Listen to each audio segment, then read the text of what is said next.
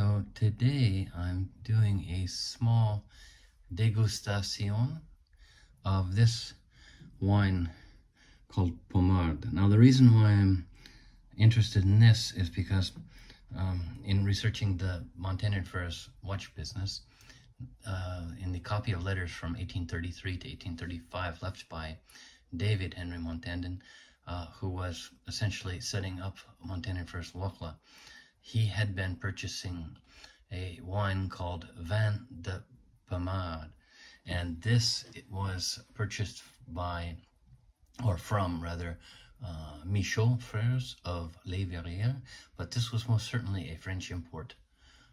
And this name still exists, and this is generally a wine which is found in the Burgundy region, an area closest to the Swiss border.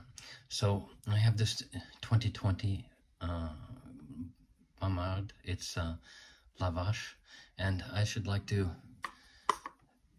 test what sort of flavor this has. There's nothing fancy here, just out of a paper cup, but try to get a little bit of the flavors of history and the watchmaking that happened at this time.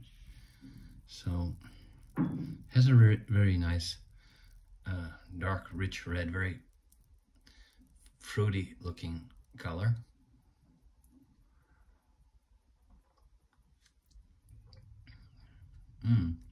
This is actually quite agreeable. It's not too much on the dry side.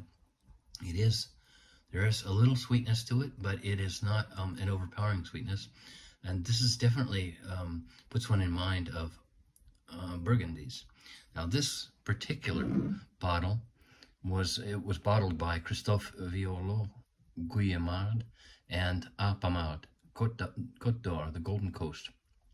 So there are various other Pommards with very long names, and the price tends to range from between 50 and 100 euros a bottle. So this is certainly not inexpensive wine, and indeed it was noted that this wine, in the actual copy of letters by David Henry, that he commented that it was the wine le pot bien choisi. It was the well chosen pot, and they must have been ordering a fairly large pots of this wine, and this was essentially, it is mentioned that this was purchased for his brothers at Montandon Frères Locle. So this is an interesting situation where we actually have information on some of the fringe benefits of the company, and clearly there were certain things that were acquired in the operation of the business, but this would have been much in the way that coffee supplies are ordered for businesses of today. Obviously at that time there were less potable beverages to drink, and wine was one that was used on a daily basis and not to excess, at least in general.